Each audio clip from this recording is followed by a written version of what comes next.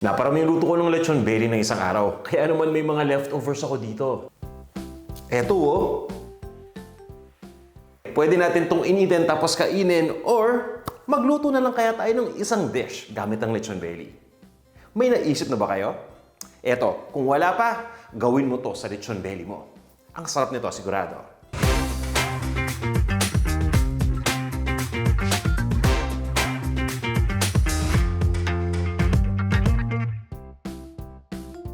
Welcome sa Panlasang Pinoy!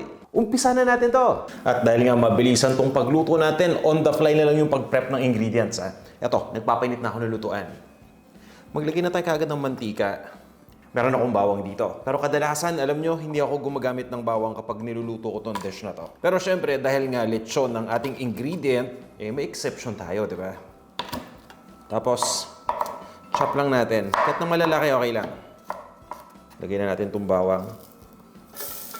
Yan, unti-unti nang maluluto yan. Tapos sibuyas. Hiwain lang natin into wedges.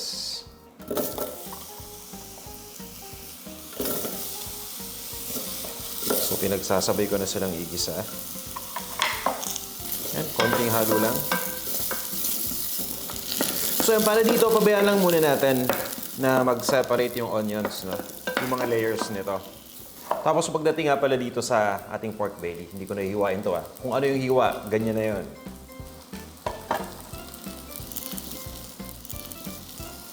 Kamatis. So yan, igisa-gisa lang natin ito. Yan. So yan, almost done na yan. Maglalagay lang tayo ng patis.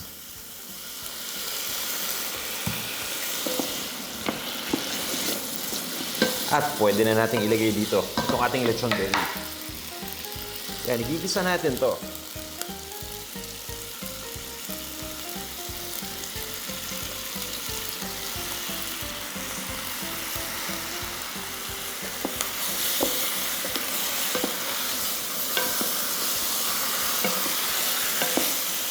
So yan, mabilisan lang itong gisa natin. Mga 1.5 minutes lang. Dahil nga, luto na itong lechon belly eh. Ang gusto ko lang dito, ma-extract yung flavor from the pork kasi nga malasang-malasa na yan. Lalagyan ko na ng tubig. At papakuluan na natin tong pork. Abang niluluto natin itong pork, hihiwain ko ng ibang mga gulay pa. Takpan muna natin para mas mabilis. Labanos o daikon radish. Pagdating sa labanos, niluluto ko to kaagad before the other vegetables. Yan. Siyempre, hindi mawawala ang sitaw sa sinigang.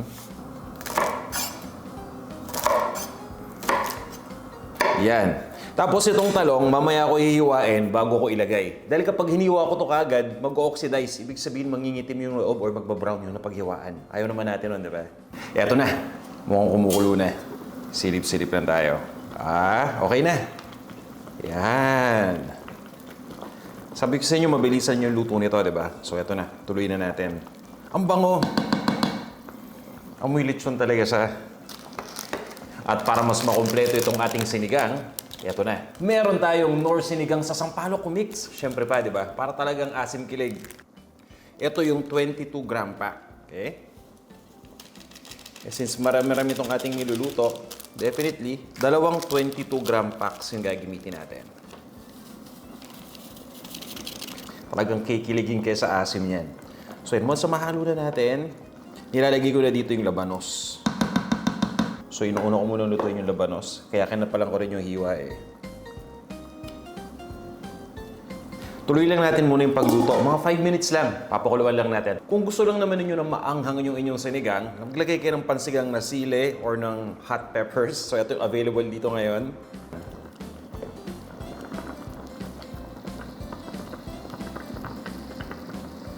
So, ibig sabihin, okay na yan. And again, I encourage you to cut this into serving pieces kung gaano ninyo kalaki gusto.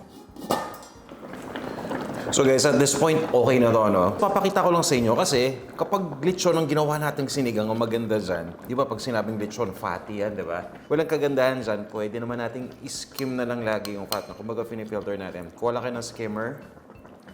Next, ilagay na natin yung mga ibang ingredients pa. Unahin na muna natin yung mga okra. Tapos itong sitaw. At ngayon ko palang hiwain yung talong.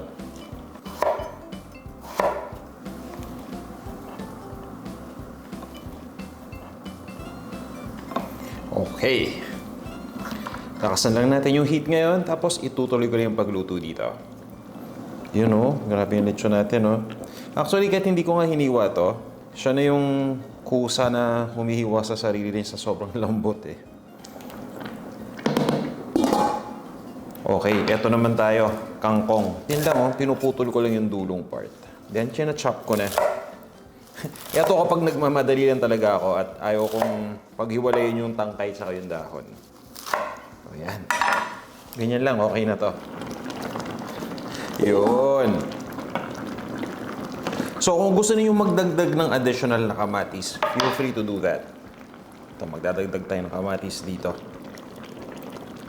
Yan. At ilagay na natin yung kangkong. Yan, nilahat ko na ha. So yan, pagkalagay natin dito ng kangkong, mabilis na yan eh. So, okay na to halos, itong ating lechon sinigang. O yan, titimplahan ko na lang to ngayon. Maglalagay na lang tayo ng konti pa na patis. Doon sa mga hindi nagpapatis, kahit asin, okay lang. Tapos, ground black pepper. Kung kailangan nyo lang ha. Naglalagay ako ng ground black pepper sa sinigang paminsan-minsan.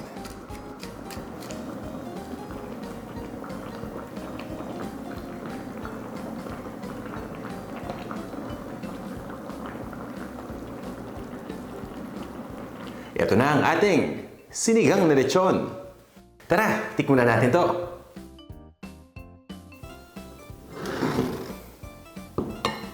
Ayan ah.